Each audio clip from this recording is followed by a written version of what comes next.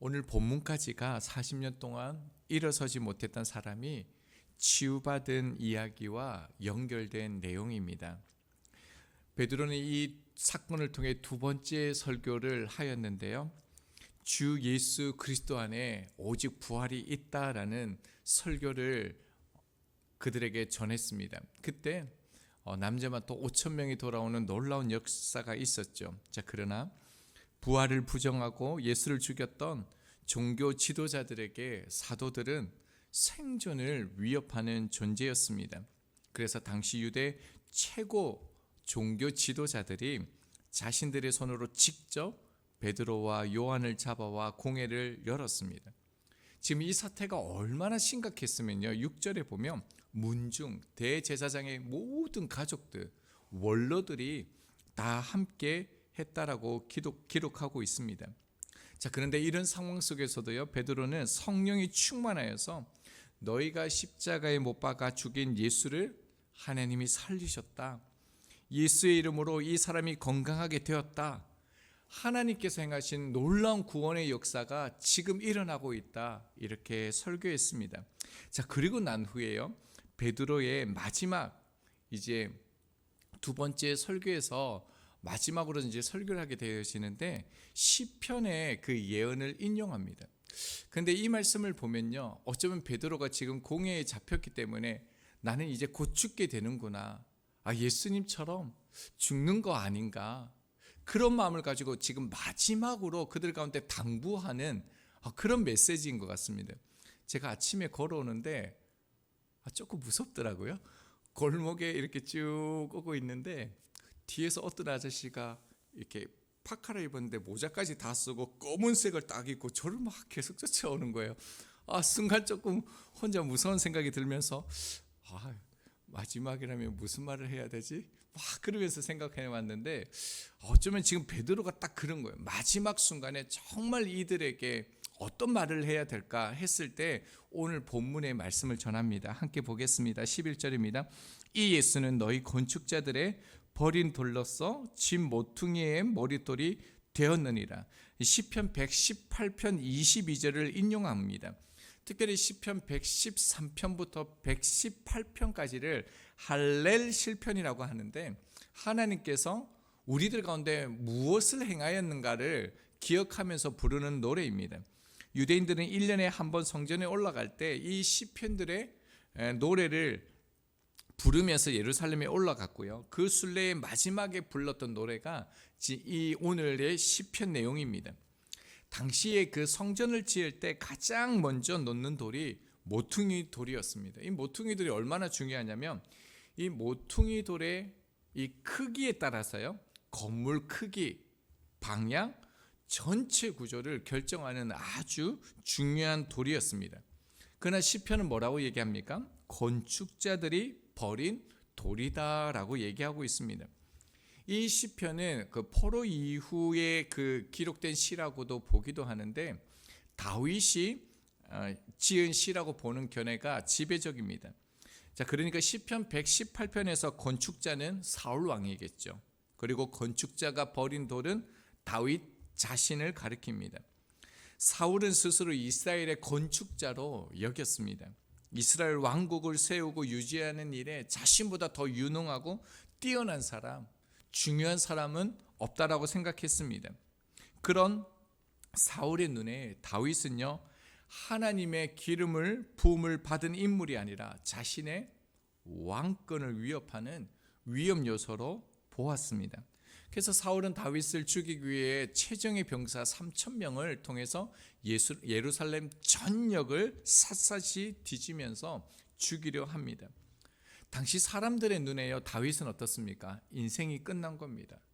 살아남지 못합니다. 최강의 그 사울 왕이 최정예 병에 3,000명을 풀어서 다윗을 죽이기 위해서 모든 지역을 샅샅이 뒤지고 있습니다. 자, 그러나요, 사울이 버린 그 다윗을 하나님이 취하셨습니다.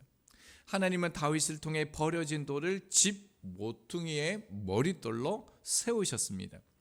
그래서 이 시편은요, 다윗이 자신의 인생이 역전되었다, 승리하였다, 이것을 노래하는 시편이 아니라 인간의 판단이 아니라 하나님의 뜻을 온전히 이루시는 그 주권에 대해서 다윗이 찬양하면서 예배한 시입니다. 그리고 이 고백은 훗날 예수 그리스도 안에서 완전히 성취될 하나님의 구속사를 보여줍니다. 다윗 시대가 끝나고 약 1000년 후에 예수 그리스도께서 이 땅에 오시죠. 예수님께서도 이 시편을 인용하셨습니다. 마태복음 21장 42절입니다. 예수께서 이르시되 너희가 성전의 건축자들이 버린 돌에 모퉁이의 머릿돌이 되었나니 이것은 주로 말미암아 된 것이요 우리 눈에 기이하도다 함을 읽어 본 일이 없느냐라고 말씀합니다. 자, 유대 지도자들은 자신들이야말로 하나님 나라를 건축하는 전문가로 여겼습니다.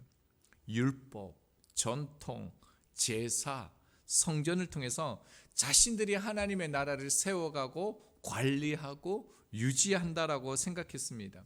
자, 그런 그들의 눈에 하나님의 아들이라 부르는 예수는 어떤 사람입니까? 갈릴리 변두리, 그것도 나사렛 출신의 인물에 불과했습니다. 그래서 종교 지도자들은요, 예수를 하나님 나라의 질서를 무너뜨리는 거짓 선지자로 여겼습니다. 그들은 예수님을 십자가에 못 박아 죽였습니다. 그리고 그들은 자신이 옳았다라고 여기며 승리했다라고 자부했습니다. 자, 그러나 어떻습니까?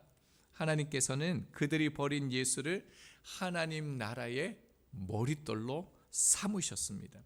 주님을 통해 이 땅에 교회를 세우셨죠. 건축자는 대제사장을 비롯한 유대교 종교 지도자들이며 건축자들이 버린 돌은 누구입니까? 예수님 자신이라는 겁니다. 지금 베드로가 이것을 종교 지도자들, 모든 문정이 모여있는, 모든 종교 지도자들이 모여있는 그들에게 지금 설교하고 있는 것이죠. 너희가 죽인 예수, 너희가 버린 예수, 너희가 하나님 아들이라고 여기지 않는 그 예수가 하나님의 나라의 기초가 되었다, 머릿돌이 되었다라고 설교합니다. 자, 그리고 난 후에 마지막으로 예수 그리스도를 증거합니다. 12절입니다. 다른 이로서는 구원을 받을 수 없나니 천하 사람 중에 구원을 받을 만한 다른 이름을 우리에게 주신 일이 없음이라 하였더라. 이 한 구절 속에 예수님의 유일성, 그리고 기독교의 유일성을 찾아볼 수 있습니다. 인간에게 구원 얻을 만한 다른 이름을 우리에게 주신 적 없다라고 말씀합니다. 자, 그러니까 석가나 공자나 마호메시나 문선명이 우리의 구원자가 될 수 없습니다. 왜 그렇죠? 그들도 다 죽어서 죽음에 있기 때문에 그렇습니다. 다른 이로서는 구원을 받을 수 없나니, 이것을 직역하면요, 예수 외에 그 누구 안에도 구원은 없다. 9절 말씀을 보면 만일 병자에게 행한 착한 일에 대하여 이 사람이 어떻게 구원을 받았느냐고 오늘 우리에게 질문한다며 라고 얘기합니다. 이 9절의 구원이요 12절의 구원과 같은 단어입니다. 지금 베드로는 나면서 걷지 못했던 이 사람이 치유받은 사건을 향해서 뭐라고 얘기하냐면요, 구원을 받았다라고 얘기하고 있습니다. 그의 육체가 회복된 것이 곧 구원의 한 모습이라는 것입니다. 베드로는 이 사람의 다리가 고쳐진 사건을 단순한 선행이나 기적이 아니라요, 예수 그리스도 안에서 지금 이 자리에서 삶을 회복시키는 구원의 역사가 분명하게 일어난 것임을 밝히는 것입니다. 종교 지도자들은 마치 자신들의 손에 구원이 있다라고 생각했습니다. 심지어요, 그들은 자신들의 판단과 기준에 따라서 구원을 나누어 줄 수도 있고 거둬들일 수도 있다라고 생각했습니다. 그래서 자기가 말하면 구원이 있고 자기가 틀렸다라면 구원이 없다라고 그렇게 여긴 것이죠. 자, 그러나 베드로는 뭐라고 얘기합니까? 예수 아닌 그 누구 안에도 구원은 없다라는 겁니다. 너희가 최고 종교 지도자로서 군림하고 있을지라도 너희 안에, 너희 말에 구원이 없다라고 선언합니다. 오직 예수 그리스도만이 길이요 진리요 생명이다 말씀을 전합니다. 사실 이 말씀을 두고 많은 믿지 않는 사람들 뿐만 아니라 세상에 있는 사람들은요, 기독교를 너무 독선적이라 말합니다. 그래서 이 말 때문에 개독교라고 해서 싫어합니다. 불교도 보면요, 굉장히 그 정문즉설 보니까 굉장히 기독교를 많이 받아들이면서 예수님이 계신 분으로 그렇게 여기면서 모든 종교에 구원이 있다 이렇게 얘기를 하더라고요.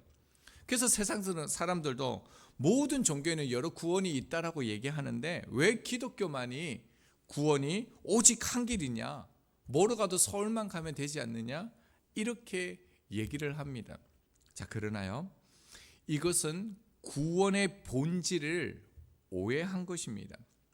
집 현관에 도어락이 있는데요, 비밀번호가 1234라면 오직 1234 번호로만 열 수 있습니다. 자, 1243 굉장히 비슷하죠. 그러나 도어락은 열리지 않습니다. 도어락이 정확하게 기능하기 위해서는 1234번 외에는 어떤 번호도요, 허용되면 안 됩니다. 그래야지만 도어락이 도어락으로서 사용되는 것입니다.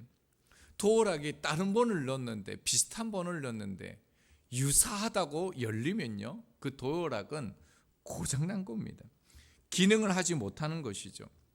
성경이 말하는 구원도 이와 똑같습니다. 예수 그리스도 외에는 하나님 앞으로 우리를 이끌 수 있는 다른 길이 없습니다. 다른 이름이 없습니다. 이것은 기독교의 고집이나 배타적인 주장 때문에 그런 것이 아닙니다. 하나님께서 스스로 정하신 구원의 방식이기 때문입니다. 문이 하나이기 때문에 독단적인 것이 아니라 생명으로 들어가는 문이기 때문에 분명해야 하는 것입니다. 따라서요, 예수 그리스도 외에는 구원이 없다라는 선언은 다른 길을 막기 위함이 아닙니다. 하나님께서 열어두신 유일한 길을 분명히 가르치는 초대의 말씀인 것이죠. 자, 근데 문제는요, 믿지 않는 사람들보다 오히려 믿는다라고 말하는 사람 가운데서 이것을 믿지 않는 경향들이 더 두려집니다. 믿지 않는 사람들은 사실은 성경을 잘 모릅니다. 예배, 성경 공부, 성경에서 말하는 그런 핵심의 본질이 무엇인지 거의 경험해 본 적이 없기 때문에 예수님을 잘 모르는 것이 어쩌면 자연스럽습니다. 그러나 주님을 믿는다라고 고백하고요, 제자 훈련도 받았고요, 예배와 봉사에 참여하는 사람들 가운데서 정작 삶의 자리 한가운데서는요, 사울처럼 종교 지도자들처럼 스스로 자기 인생의 머릿돌이 되거나 세상에서 그 모퉁이돌의 머릿돌을 찾고 의지하는 경우가 참 많이 나타난다는 겁니다. 앞서 본문을 통해 초대교회와 성도들을 위협하고 넘어뜨리는 것은 그 죽음이나 총과 칼이 아님을 보았죠. 합리주의, 물질주의, 이성주의임을 우리가 보았습니다. 하나님을 안다라고 얘기하는 종교 지도자들, 사두개인들, 그러나 그들은 어떻습니까? 하나님의 아들이신 예수 그리스도가 이 땅에 오셔서 말씀을 전해주셨지만 자신들의 현실을 지키기 위해서 부활의 진리를 거부했고 예수님을 버렸다라는 것을 기억해야 합니다.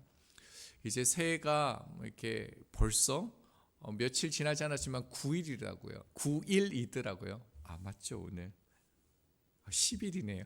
엄청 시간이 너무 빠른 거예요. 저도 새해를 시작하면서 하나님 앞에 가졌던 그런 마음이 있습니다. 주님을 향한 믿음, 주님을 향한 그런 신뢰, 그런 사랑, 이것들이 작심삼일로 끝나지 않도록 우리가 매일의 삶 속에서 주님만이 내 삶의 이유이십니다. 나는 주님을 위해 살아가겠습니다 라는 고백을 실제로 구현해 갈 수 있는 저희들이 될 수 있기를 바랍니다. 중요한 것은 이 사실을 깨달은 사람은 자기 손으로 버린 돌, 예수 그리스도를 자기 인생의 머릿돌로 되찾아야 한다는 겁니다. 여러분, 다른 사람이 찾아주지 않습니다. 다른 사람이 날 위해 기도한다라고 해서 나에게 구원이 저절로 주어지지 않습니다. 자기 손으로 밀어내고 외면했던 돌, 곧 예수 그리스도를 다시 자기 인생의 머릿돌로 받아들여야 합니다. 지금 이 순간에도 우리는 주님을 영접해야 하는 것이죠. 영접은 하나님 앞에 내가 전적으로 항복하는 시간입니다. 이 시간이 매 순간 우리가 매일매일 하나님 앞에 항복하는 그런 시간이 있기를 소망합니다. 그래서 다시 오늘도 내 삶의 머릿돌은 오직 예수 그리스도뿐입니다. 오직 주님만이 나의 주인이십니다.